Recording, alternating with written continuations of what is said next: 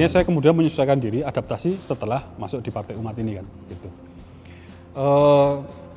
Jadi ada hal-hal yang saya tidak berubah sesungguhnya, gitu ya. Bagaimana organize, bagaimana mengorganisasi, bagaimana memutuskan, itu sesungguhnya ya sudah saya ternyata gitu ya, saya baru sadari ketika di dunia politik ini, itu sesuatu yang saya pelajari ketika menjadi akademisi, ya, memutuskan, ya, terutama ketika di luar negeri itu memang menempa ya, jadi riset yang kuat itu menempa kita untuk membuat keputusan untuk menganalisis dan segala macam. Itu garis besarnya sama yang saya pakai gitu, caranya itu. Cuman memang di dunia politik ini kemudian saya harus beradaptasi, ya. Tidak bisa, atau daya lentingnya itu harus besar. Jadi kita bisa being flexible ya, going through time itu loh. Dengan berbagai macam benturan itu bisa menyesuaikan situasi. Nah, dan di dunia politik ini ada, kalau di dunia akademis ya, di kampus saya itu hanya ada mungkin 2 tipe orang, orang baik dan orang baik sekali. Itu di kampus saya. Dunia politik ini ada dari A sampai Z, balik lagi ke A, saking banyaknya beragam. Jadi saya menyesuaikan itu saja. Jadi so far so good ya. Saya pernah dinasihati Pak Kaban ya. Pak Kaban bilang gini, Mas, ini nasihat dari Pak Nasir ke saya. Jadi apapun itu boleh Mas, tapi selesai di pikiran, adem, jangan dibawa ke hati. Kalau dibawa ke hati, nanti sakit perut. Udah sakit perut belum Mas? Pak Kaban telat, saya kemarin udah sakit perut, harusnya ketemu Pak Kaban 2 minggu yang lalu, biar saya dengar nasihat ini. Jadi saya sudah sakit perut Pak 3 hari kemarin, sakit-sakit yang belum pernah itu saya mengalami lah selama 2 tahun ini. Tapi itu bentuk penyelesaian saya, ya insya Allah belajar. Jadi sejauh ini saya menikmati proses, karena itu satu-satunya pilihan. Memilih menikmati proses itu salah satu-satunya pilihan. Kalau tidak kita sudah kolaps di hari kedua. Ya. Dan saya juga berusaha tentu ikhlas. Ya. Meniatkan ini memang satu perjuangan lillah gitu ya, untuk mardhatillah ya, mencari ridha Allah, itu saja. Di luar itu bergeser sedikit kolaps ya, bagi saya akan jatuh jasmani rohani. Jadi itu yang saya terus belajar ya tiap hari. Ya kalau saya bilang perjuangan biasa itu bohong ya. Itu perjuangan berat ya lumayan.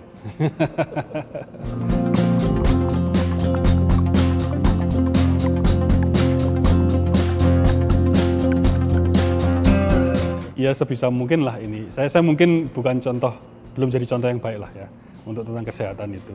Ya. Cuman saya mulai melihatlah sela-selanya.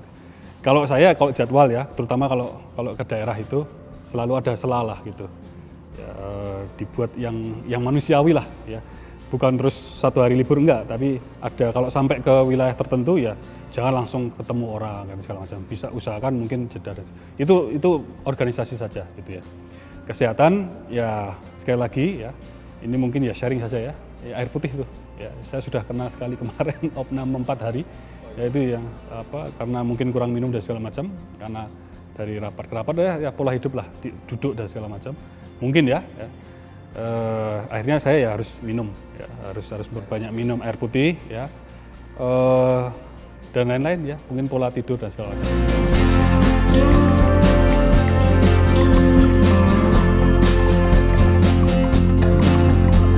Sekarang saya jalan aja, jalan itu udah cukup ya, berusaha konsisten dulu, dan saya baru juga tadi temukan kalau jalan itu bisa menurunkan berat badan ya, kalau langsung lari itu lebih ke, dia tidak memakan lemak tapi lebih ke gula ya, yang ada di gula darah lah itu, jadi tidak menurunkan berat badan gitu, apalagi lari dari kenyataan, nah itu lebih tidak menurunkan berat badan. Jadi saya jalan saja, menjaga ini juga, takut terlalu jantungnya ini.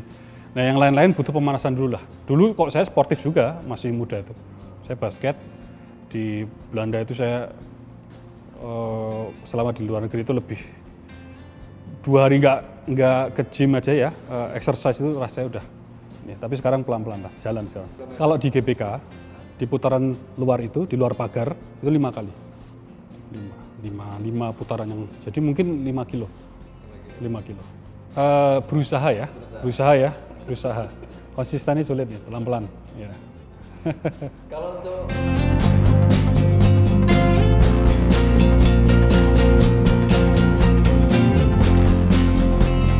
Ya mungkin standar nggak banyak, di usia masuk ke 40 ini, ya dijagalah goreng-gorengan itu, ya segala macam gitu-gitulah, ya manis-manis ditakar sehari secukupnya, nggak ada yang spesial tapi, nggak ada yang spesial. Ini lagi saya sempat ya mengikut Pak Amin lah ya waktu itu, puasa Daud itu, nah, tapi saya sempat agak stop karena sakit, ya, ini mungkin ancang-ancang mulai lagi. Intermittent fasting, yang kemudian belakangan ditemukan bahwa itu istilahnya autofagi ya. Autofagi itu yang penemunya itu Mas, ilmuwan Jepang dapat Nobel gara-gara menulis paper tentang autofagi. Autofagi itu bagaimana proses mekanisme tubuh kita memakan dirinya sendiri. Diri sendiri adalah yang dimakan adalah bagian-bagian yang rusak. Penyakit-penyakit dimakan oleh diri kita sendiri.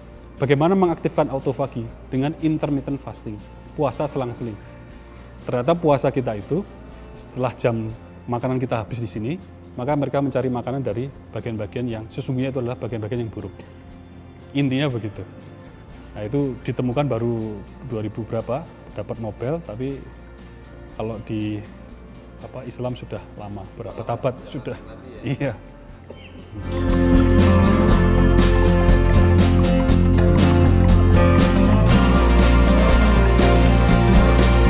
Ya, ini memang mungkin satu pengorbanan lah ya, karena saya pulang ke Jogja itu 2 minggu sekali paling cepat lah gitu, biasanya. Kemudian pulang untuk 2-3 hari. Ya disitulah manfaatkan waktu sebanyak-banyaknya untuk ketemu dengan anak-anak ya gitu. Jadi sisanya ya zaman sekarang bisa video call, ya, video call dan segala macam lah zaman sekarang ini. Kalau ke Jogjanya ya setiap 2 pekan sekali biasanya. Kalau sibuk sekali baru ya sebulan sekali. Me time ya sekarang kalau anak saya nomor 1 itu udah mulai suka musik ya. Sama saya main gitar kadang gitu ya. Gitu. Ya rata-rata main lah, bentuknya permainan. Entah main game, kadang main game konsol ya. Sekarang lagi kita ada satu itu. Ya mungkin biasanya nonton juga film keluarga. Ya hal itulah. Kita jarang keluar. Di rumah terus biasanya. Semua aktivitas di rumah.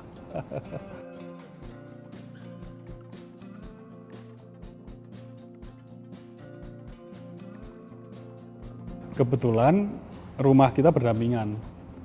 Jadi saya ada anak produk Partai Umat ya. Maksud saya lahir ketika saya masuk di Partai Umat gitu. Ini masih kecil ya, 1 tahun sekarang. Nah ini yang menghibur kita semua lah. Itu sering main dengan simbahnya, dengan eyangnya itu.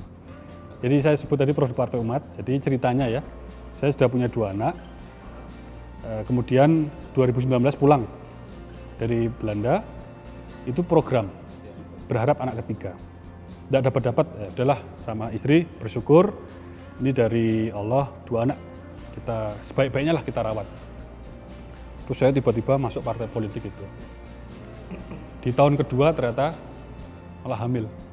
Gitu. Jadi karena saya mungkin jarak jauh ya, gitu. Jadi kalau ketemu lebih romantis juga gitu. Jadi ini produknya Partai Umat lah, lahir ketika sibuk di Partai Umat. Alhamdulillah.